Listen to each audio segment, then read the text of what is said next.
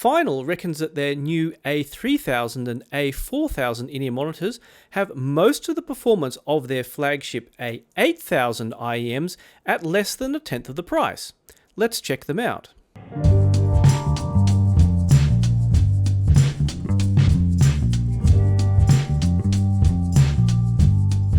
So to start with the A3000 and A4000 here, I've got with the A8000 for comparison, the flagship. Now the A3000 here are black and the A4000 are blue, and apart from this colour change in the tuning, they're actually, well, physically identical. So let's just pick up we have an A4000 IEM here, and we'll pick up the A8000. We want the right hand side so we can compare both of them. They're kind of very similar shaped, except for the fact that the A3000 and A4000 are actually plastic and the A8000 is metal. But otherwise, the A3000 and 4000 are slightly thinner. You can see there. And of course, the problem with the A8000, some people find this kind of sharpish edge here to irritate their ears. It isn't a problem for me, but some people with some ears, it is. But it's a little bit thinner and a little bit softer here, so maybe less of an irritation. And also, they're much lighter IEMs than the A8000. And you can see these are, the A8000 are screwed together, and the A3000, 4000, I guess, are glued or stuck together in some way. The other thing that's very noticeable is that the A8000 has MMCX connectors, and the A3000 and A4000 just have a simple 2-pin connector there. So of course the cable is not braided, it's very simple, kind of PVC coated basic 3 connector thing. I don't know if they come in balanced, but that's just a bit of Velcro which they included, and you have a very simple setup and with a simple kind of choker in the middle, which just slides along there.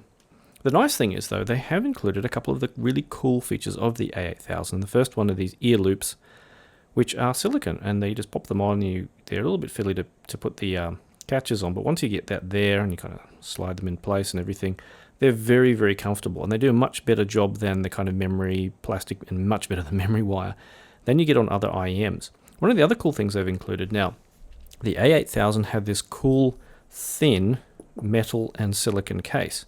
The A3000 and 4000 have an all silicon case. So instead of the metal on the outside, you have this thin, floppy, and very cleverly designed silicon case. And it works, you just pull it open, put the in-ear monitors in, and then this acts as the kind of padding, so that it pushes against there, ends up bulging that way.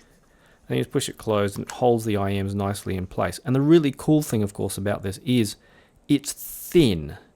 I mean, it's really thin. I mean, just grabbing random thing off my table here. Here's an Ultimate Ears case. It's kind of really thick, about the same size in terms of, for fitting IEMs in there. But once you look at the thickness, which one do you think you can drop in your bag easily? Well, you guessed it.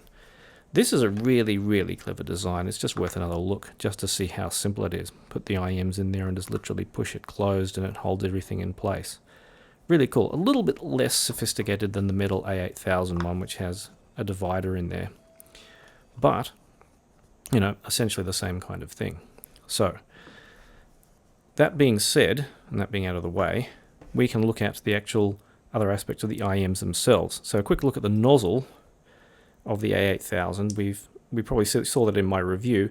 You have much the same kind of thing on the A3000 and A4000, because once you pull this tip off, which is a Type E like the others, which is what it comes with, you have a similar kind of little flange nozzle there, which will fit Type E's nicely. Now, I haven't used other than Type E's in this review, and you'll understand why once I start talking about the sound impressions. Now, I don't have a huge number of inexpensive in-ear monitors, but I have a couple of pairs which I brought along for the ride, which I compared for most of the tracks that I listen with.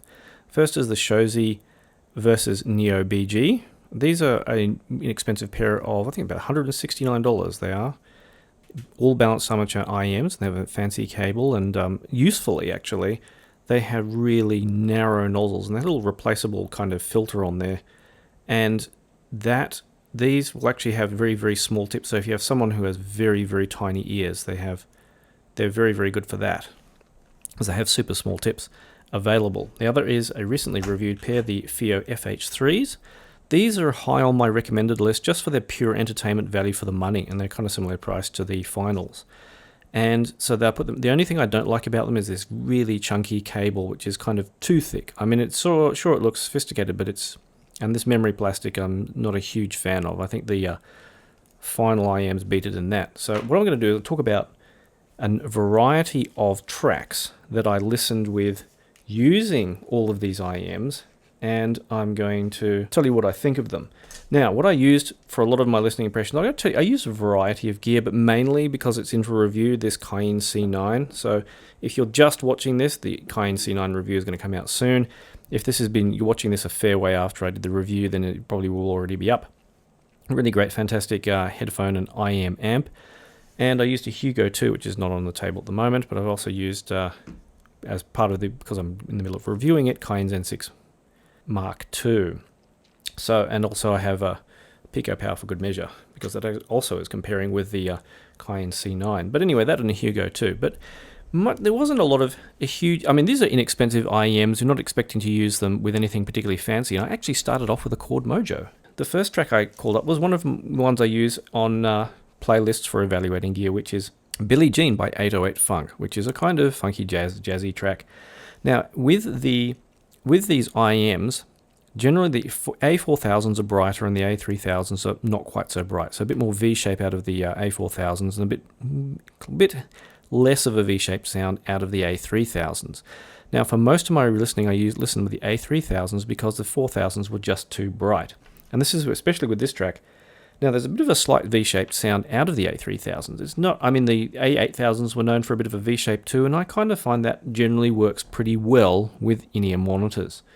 Now, this gives it, a noticeable, reasonable amount of warmth, and having a dynamic driver in there means you get quite a bit of punch as well. And these ones, the A3000s, don't overdo the treble, which is what makes me really happy. Smooth listening. Now, I can't say that everyone will feel the same about the treble because everyone's ears are slightly different, but this is my impression anyway. Now, the A4000s, on the other hand, were brighter, and the treble wasn't too clear on percussion. And this is one of the things about taking a basic design like the A8000s and making them much cheaper, is you do get some flaws in the sound in the end. Much as we saw with the Fios, where being a kind of cheaper version of their higher-end hybrids, you do get some flaws, but it still makes them entertaining to listen with. Now, there was some low bass in this with the Billie Jean, but the thicker bass of the A3000, in the case which you have with the A3000s, has been traded for brightness with the A4000s in that track, and it was kind of a bit too much of a good thing. Now, with something like Quiet Desperation. Now, Quiet Desperation is a track from David Chesky on an album, Jazz the New Harmonic, Primal Scream. It's got a really interesting dark jazz. And it's one of those tracks that works really well with bright headphones and bright IEMs, and it did with these to a degree because it doesn't have a lot of bright, really in-your-face, like modern mastering kind of content, where a lot of modern stuff seems to be mastered for darker sounding consumer headphones and tends to be super bright. This stuff isn't that. It tends to be actually warmer and bassier of all things, but very, very clear. Now, these do work with, the 4000s do work with that kind of music, where the airiness of the sound is kind of valued, and the treble can emphasize the cymbals. But unlike the high-end A8000s, you do get some kind of harshness in there. It's not as clear, it's not as clean sounding as the higher-end IEMs. Now, but the interesting thing was, despite that, now normally, a brighter sound can make things sound airier, but even though the A3000s were a bit darker, they still had a good sense of airiness. And I found that I didn't need that brightness with the A3000s to get that sense of airiness and get that kind of detail out there. And it presented the space of the track really well. I mean, it's recorded in what used to be a church. It's really excellent test for headphones, in-ear monitors, and speakers in general, because how well you reproduce the kind of atmosphere is really critical. Now, Miles Davis, Mystery, is one of my other favorite tracks. It's one as I use an example of what happens when MQA ruins a track as well, because the MQA version sounds really mutilated. But anyway, the normal, non-mutilated version is, well, with the A3000, because that's what I listened with straight after I listened with Quiet Desperation, the A3000s added with Miles Davis Mystery, well, they had really great bass. Quite a bit, in fact. Maybe, a bit too much for taste, but still, entertaining sounding, much like you have with the Fios. Now, the A4000 was just too stabby in my ears with that, too bright, and it was just no good. Now, one of my other favorite tracks, Mirrors from the Seed Ensemble. Some percussion here out of that track isn't as good as, a high-end IEM, but, nothing particularly, it wasn't a failure or anything given how cheap these are, but still, I mean, you do start to notice where the percussion isn't quite as clear, or there's a bit of harshness in the mids or treble, or the bass. If there's a lot of bass, it bleeds into the mids. That's what the kind of compromise you get using a cheaper version of a high-end IEM. That's what you get down at this kind of price range. It was similar to the kind of compromises you get with something like the FH3s. Things start to blur a bit, but it's still entertaining to listen with. Now, just for fun, I plugged them into higher-end gear, such as the Chord M Scaler and Dave setup, just to see if they scaled up a bit. And it did kind of clean up the sound, the percussion a bit, but still, drum hits were kind of somewhat flat, and it kind of did mask the cymbals a bit. So it wasn't going to fix the problems, but still they down. I think compared, if you're listening to out of a Lightning dongle, that's going to be pretty poor with these. Whereas jumping up to a decent DAP will probably result in a better sound. So they did scale up a bit, which is quite not unexpected, but still, to get that bass punch out there, you need something at least basically decent. For example, in comparison, the A8000 has vastly more clarity, more depth, more nuance. You can hear a lot of the fine details out of instruments. The interesting thing was the tuning, though. The A8000 has a bit of an upper mid presence around the 2 kilohertz mark, and you can see this in measurements. If you look at Crinical's measurements, for example, and listening with the A8000 on their own, that wasn't a problem. But you do notice it in comparison to the A3000s, which don't have that upper mid presence. And I actually wish that Final would make say like a pair of A8000s which had the A3000 tuning, because otherwise, in general, I liked the tuning of the A3000. It was a bit V-shaped, not too much, but good bass punch, nothing too overblown. They were pretty good, whereas the A8000s can be maybe a touch too bright. I want the treble and that upper mid presence tamed back a tiny bit out of these, and because they already have narrow bore tips, I can't tame it back any further, unless someone makes even narrower bore tips, and that might degrade the sound in some different way. So anyway, another interesting track, which is Roy Hargrove, a track from Roy Hargrove, which I'll put up on screen. And there's a whole album called Habana, and it's got a lot of very fast Latin jazz in it, and it's very good for testing, how well, either electronics or headphones can keep up with, very, very fast music. It's extremely punchy. And this is where the dynamic driver bass kick of the final IEMs really came in well. And I didn't test with the A4000s. By this stage, this stage of listening, I just didn't want to listen with the A4000s. Sorry, Final.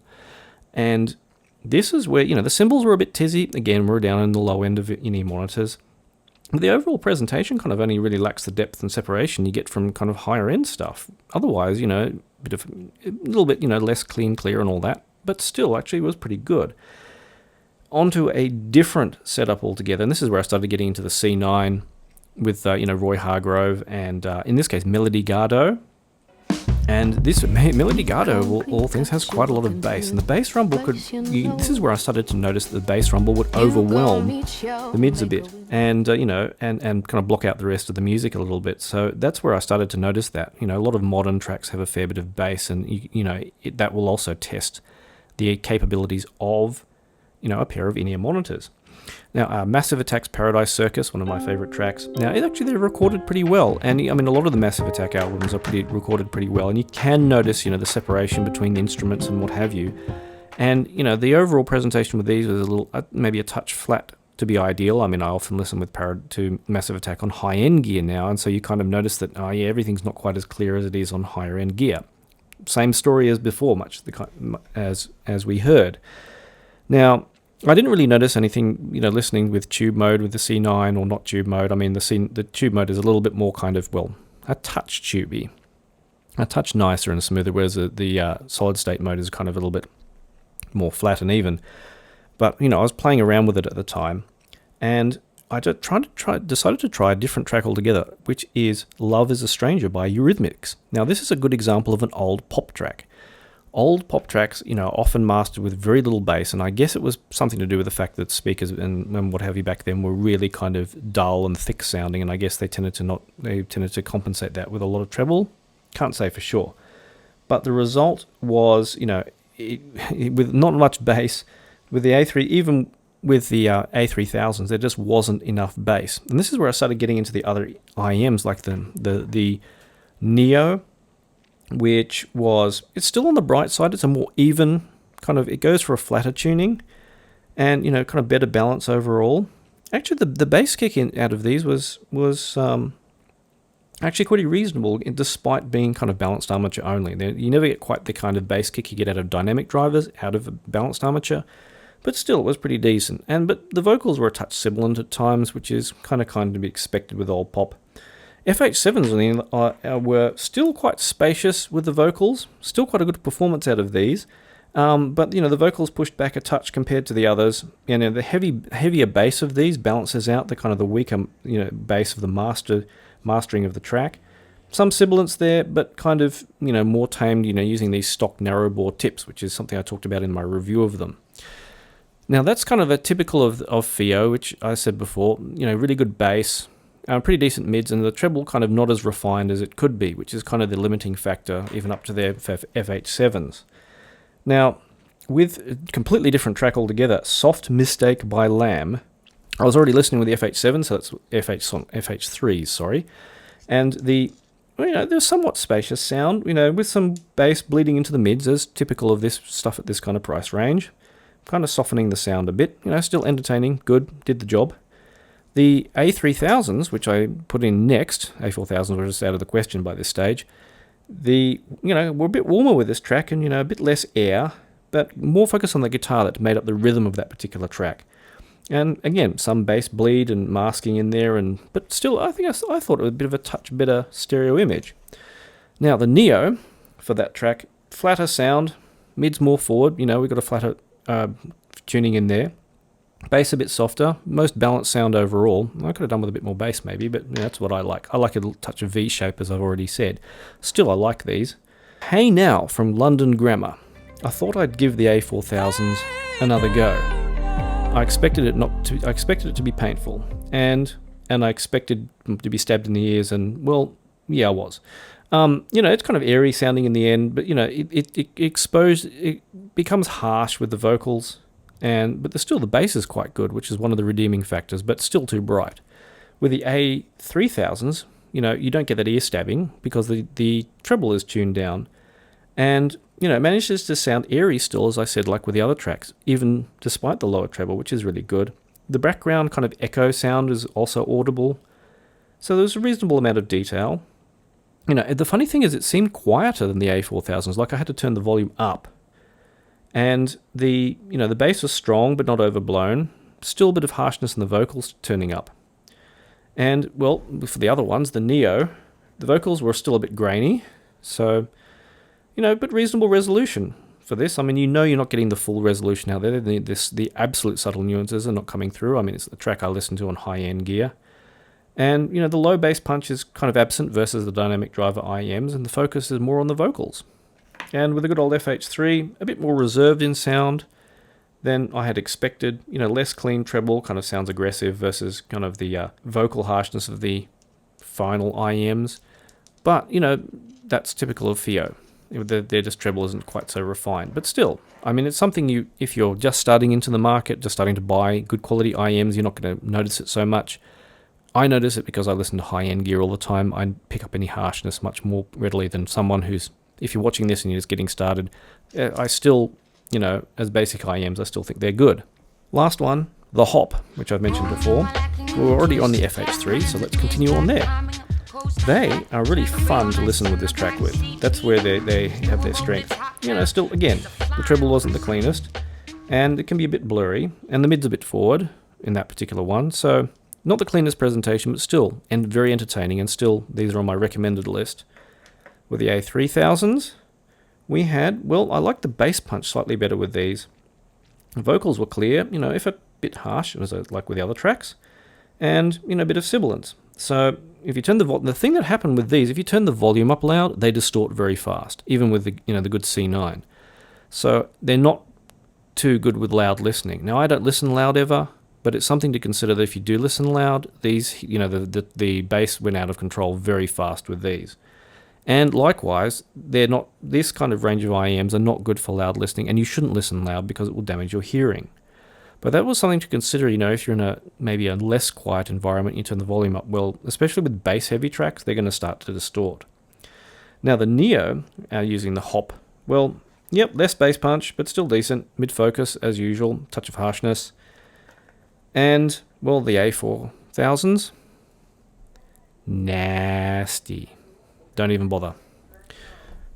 So overall, simply put, I didn't like the A4000s. They were too bright and stabby. The A3000s I really liked the balance of. I mean, for something I might just, chuck in their case and throw in a bag, absolutely. I mean, if they're priced, yeah, fantastic. I mean, their faults are only things that the fact that they're cheap in-ear monitors. And if you want to get an idea of what final IEMs sound like, knowing that, the high-end stuff is going to sound way more refined, then this could be a good introduction if you're, enthusiast, want to try to check out a pair of final IEMs. And, just stuff that, the thing that really nailed it for me, like the silicon earpieces, the silicon case, that kind of, consideration is really important. It's a pity that, like, this particular tuning required the narrow bore tips. Now, if you're not familiar, narrow bore tips give a darker sound with standard dynamic driver in-ear monitors. Wider bore tips will give you less bass. Now, if they'd been able to do, that kind of sound with a wide bore tip to begin with, then you could have darkened them down with a narrow bore tip, but you can't tune them now. You can only tune them to be brighter, and the A4000s don't even bother thinking about it, which is a kind of a pity. That's kind of my only regret, is that they're not. I don't know how well they'll be tunable. I don't know if there are any tips that could give you a kind of darker sound than the standard final Type E and similar board tips. So SpinFits might work. But, as a pair of cheap in-ear monitors, I thought they did a really good job with these, and the A4000 just, I'm going to say no. So I hope gives you an idea of what these are like. If you do want some advice, consider becoming a supporter. Now, all these people whose names you see scrolling on screen have been supporting my channel, and they can get my buying advice, they can chat with me anytime, they can see my early impressions of gear, such as my impressions of this C9 and other stuff I've got in for a review, suggest stuff for review, all of that. If you want to be involved, consider becoming a supporter, help me out, and I'll happily help you out. So thanks to everyone who has been supporting me, and I look forward to seeing you online.